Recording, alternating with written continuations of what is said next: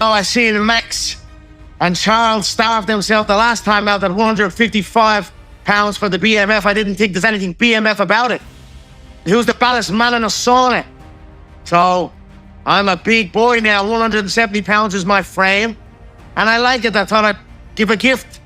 Well, I like it as well. And say, this is what it should be. Instead of fighting and cutting him. You know, let's do it properly.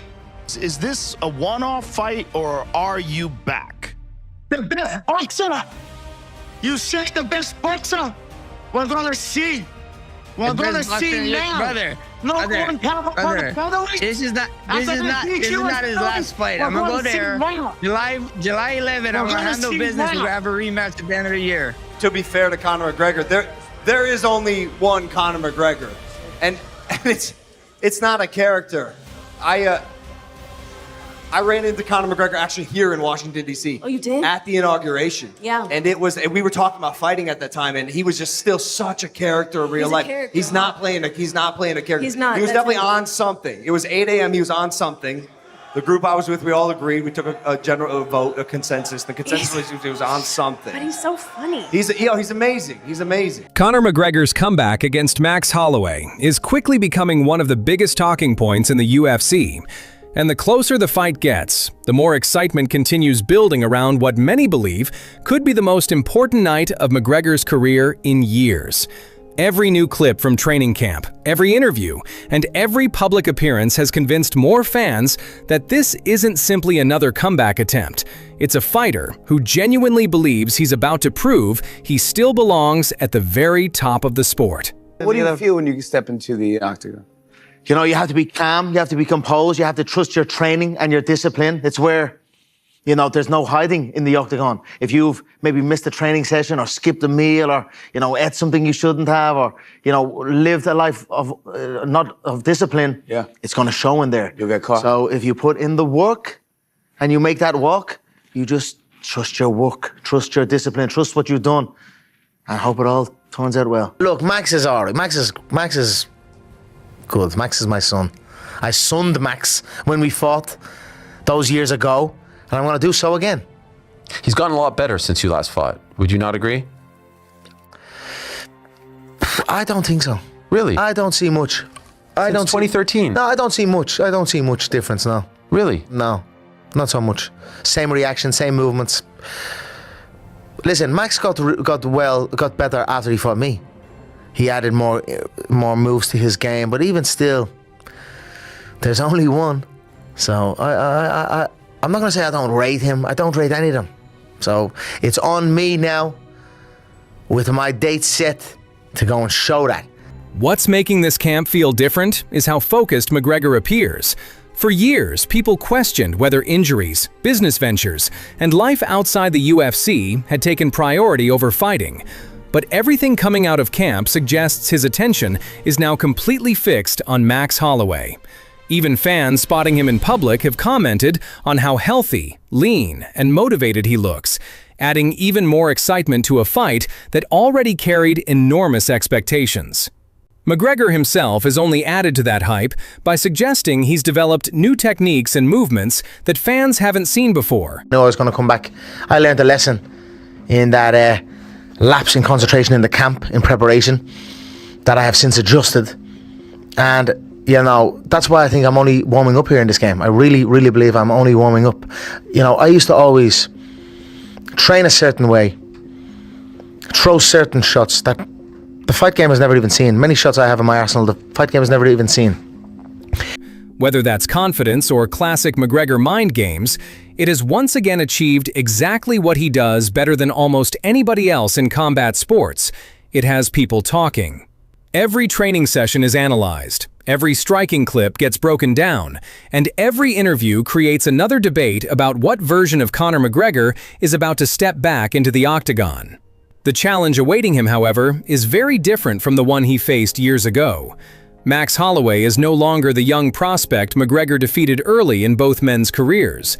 He's now one of the most experienced and respected fighters in the UFC, with legendary cardio, relentless pressure, and the ability to maintain an exhausting pace that has broken some of the toughest competitors in the sport. going to go towards Max Holloway, and I'm leaning towards Max Holloway. But I don't know if, like, McGregor's going to at least have 10 pounds on him, dude. He has put on a lot of size.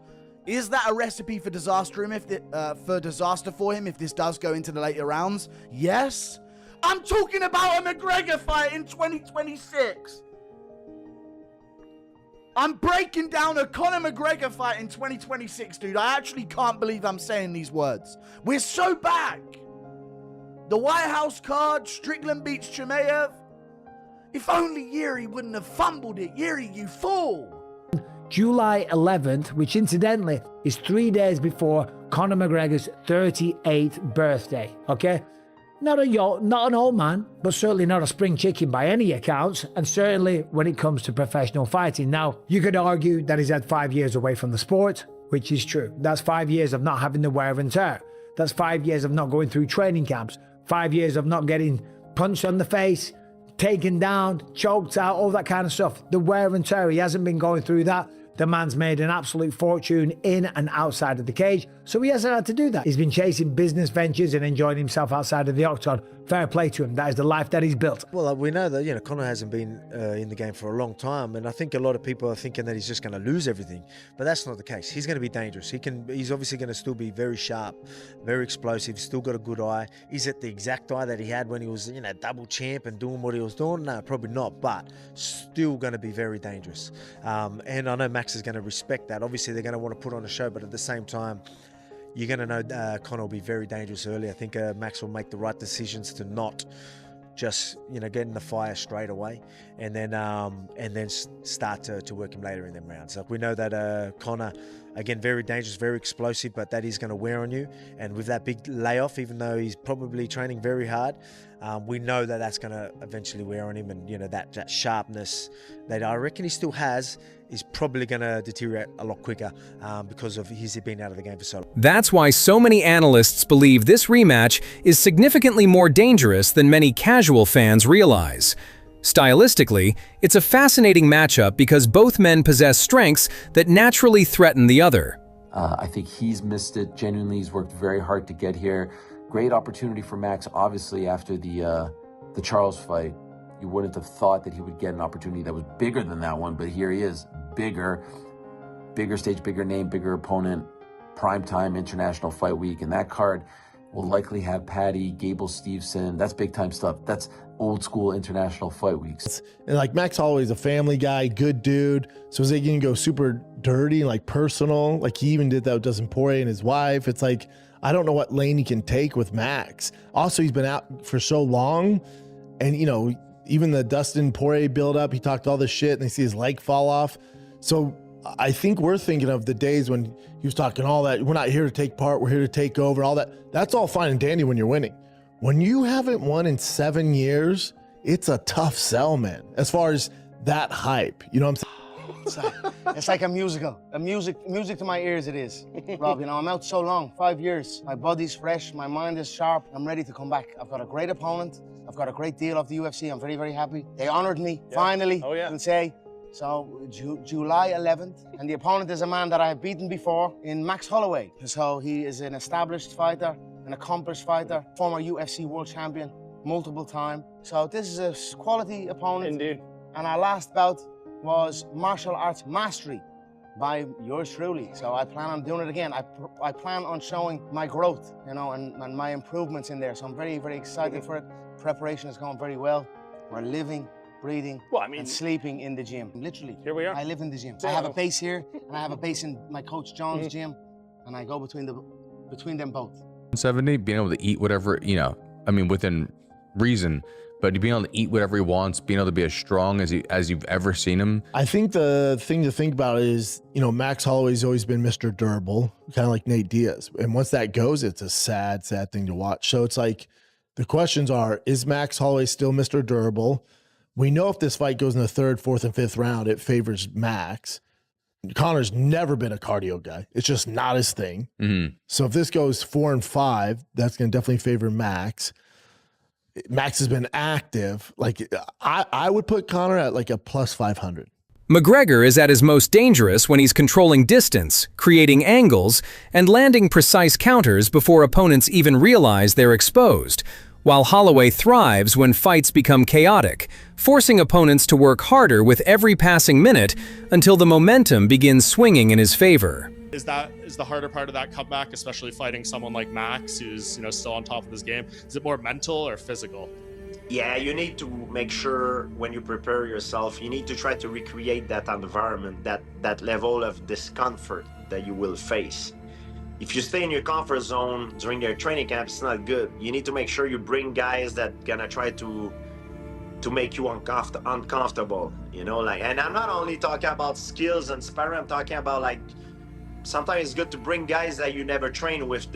You have the butterfly, you don't know how they move, you don't know if they're dirty, they're gonna try to hurt me or... It's going to be Max versus Conor. How do you think that goes at 170? That's a good fight. Stylistically, good fight for the Conor. Max is done already. He's just going make money and then retire. You think he's finished? Yeah, his last fight, he looked so bad. That's crazy. I was surprised how you cannot wrestle. Zero wrestling. You've been in this sport 20 years. And I thought he went to Dagestan for 2-3 years and then come back. He has 3-4 fights left and then he's going to retire. I think it would be a great fight. I love both. I think if Conor can put himself back into the hell zone that is in the tunnel, but the light is after the fight. But I'm not going to put myself in the light until I'm done with the fight. That's if he put himself into that zone, we're going to have a hell of a fight. What are you thinking in the locker room? What you mean? What are you thinking? What's in your head? Walking out. When you're getting ready? I'm thinking all. Before you walk out? I'm just trying to stay calm. I'm trying to keep it playful. I'm trying to be like, this is a spar. Yeah. It's not. And then, there's so many different things go through your head. Yeah. But just keep it simple. Just keep it, let it be. Whatever it is, it is. Yeah. Let it be. Yeah. It's going on in the exact same corner across the way. Yeah. See what I'm saying? So I was like, who's octagon? Is it yours or is it that one guy? I just saw that one guy. It's not. It's your octagon. Let it be known from the bell.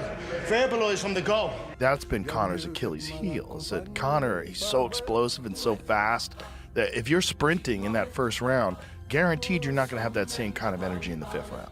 But on the opposite side of that, you got a guy like Nate Diaz, who will keep that same pace from round 1 to 5. I'm a big boy now. 170 pounds is my frame, and I like it. I thought I'd give a gift. This is what it should be. Instead of fighting and cutting him, let's do it properly. There's also a tactical reason, Joe. You see, I have the advantage in experience at 170 pounds. If I look at Holloway's body of work in recent years, he's been in there a lot. However, he hasn't been at 170 pounds, so that is in my favor. That's why predictions remain so divided throughout the MMA community.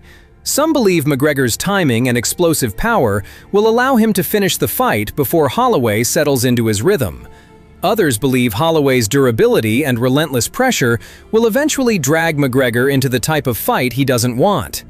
Obviously, he's coming up against Max Holloway in a great fight. How do you see that matchup between those two? Personally, I think because it's at welterweight, I see Conor knocking him out. Everyone's counting Conor out and thinks that Max is going to win. If it goes to the later rounds, yeah, Max definitely probably start piecing him up on the feet because he's got that cardio and the volume. But the fact that it's at welterweight, I think, favours Conor because Charles made Max look small at lightweight. So imagine how big Conor's going to look compared to him at welterweight. Pretending when he's talking about, I no longer care about the material things in life, and this doesn't matter to me. I am a man of faith, and I'm not going to talk numbers because that doesn't mean anything to me. If we're picking like an order of things that I think are bullshit, I think that one's much more transparent bullshit than Conor McGregor, notorious weirdo, believes that his opponent is beneath him. That rings incredibly true to me. It is interesting if that's if he thinks that about Max, there's going to be some issues there. Also found it interesting, man. Huge miscalculation on his part, but yeah.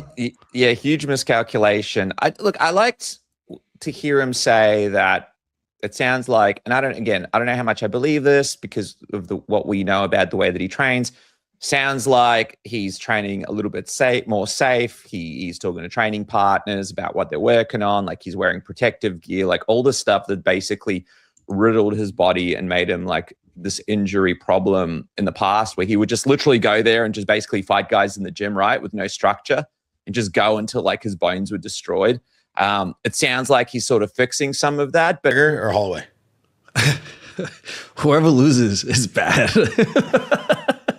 It's just Holloway can't lose to McGregor coming off the couch doing all the shit he's been doing, and McGregor can't afford another loss. If McGregor loses this fight, is he done? It depends how he loses. Got it.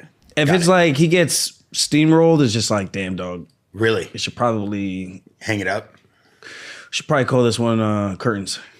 I mean, I think he's talking about re-signing a whole fight deal and a bunch of new fights and the whole thing. I mean, we saw the needle he's moving with the tickets and how fast it sold out and what's going on there, right? Yeah, but everyone's excited. Like, he's excited. He's got that fight feel energy right now. Yeah. What makes the matchup so exciting is that both outcomes feel completely possible.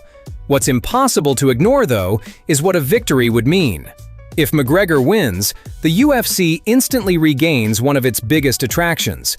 Title conversations begin all over again, and the possibility of one final championship run suddenly feels realistic. But then when you go in there and it don't go your way, and then you come home with all those bruises and headaches, maybe you start to reconsider. You know, it's not like he needs the money. It's just more so he's doing it out of the passion and the love for the sport. He wants to show that he can still be on top. So again, if he goes out there and he gets smoked, it's just not good. He's plus 270. TJ, real quick, the welterweight bout, McGregor versus Holloway. Who do you got winning it? It's tough, man. I think Holloway, just because of the endurance he's going to have going into those later rounds. Like McGregor needs to get it done early. Yeah. That's, I think, his only chance. I mean, he's always had cardio issues. Now he's older. Now he's got a different lifestyle. Like, I don't see that getting any better. You know, like how much, I mean, yes, there's an urge to the ego that he has to stay on top. But like when you got that much money, like, why are you going to do the extra, you know? It's crazy to see him come back. Paddy Pimblett versus BSD. I was going to say it'd be so funny if he picks up where he left off in round 3 with Holloway from the first fight and just takes him down. He's got to beat a top guy at a weight class outside of his prime. He's got to come back from that leg injury, of which 3 other people have sustained. 3 other guys came back, and none of them look the same.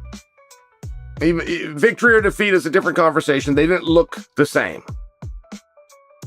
And he's got to come back after 6 years out into a 5-round atmosphere. That one detail will sway the odds. That's good for 5 points. If everything was perfect and Conor had to come back after 6 years off into a 5-round atmosphere, that alone would make him a 5-to-1 under. About me, he said, Mr. Confidence returns to save fighting again. Call your grandma. Nanny, we did it. Watch and pay me. Fuck you, pay me. You fat Irish prick. You don't have my money. I put your brain to sleep. Who's that? What's that about? Who's he talking about? C is in the casinos after. The Mac loves yous all. I got love for yous. It's an it's an honor. It's light work. It's easy. For life and eternity, it's McGregor. How drunk was he when he wrote this? I do this fight game easy peasy. The sound of my shots off the head go bing in green dot laser form. Okay. Well, I really hope he is actually back. I mean, he's the most dynamic personality the sport's ever known. And he was, for a time there, just such an unbelievable fighter. I mean, he was it was incredible what he was doing. The Eddie Alvarez fight. Oh yeah, I was example. there. I was there. Well, thanks to you. With really good seats, thanks to you. But that was one of the best. That might be the best fight I've ever been to live, because that whole card was just stacked, and that as the main event was just unbelievable. Bro, he was in the Matrix. He was in the Matrix. He was just in the zone. You know, Dana said it best. He's like, that kid eats pressure. He goes, he eats it. Yeah. Like, he thrives on pressure. Pressure that makes other people wilt. Yes. He, like, shines under that pressure. And he had an amazing ability, even very early in his career, which was, like, kind of, it was really unique. Like, because even, like, on his first fight ever, if you watch his first fight in the UFC against, like, Brimage, I think the guy's name is, and he was a relatively unknown at the time. But dude, the place is going nuts. He already had made so much kind of like street cred for himself. And then the Irish thing, like the Irish were really, really into it. But he, from the very first fight, he would always create these moments where it's like, dude, this is going to be the biggest spectacle that my opponent, has ever been in their career. Like, I'm going to get you mad with shit talking. I'm going to get the fans so excited. because he's completely comfortable there.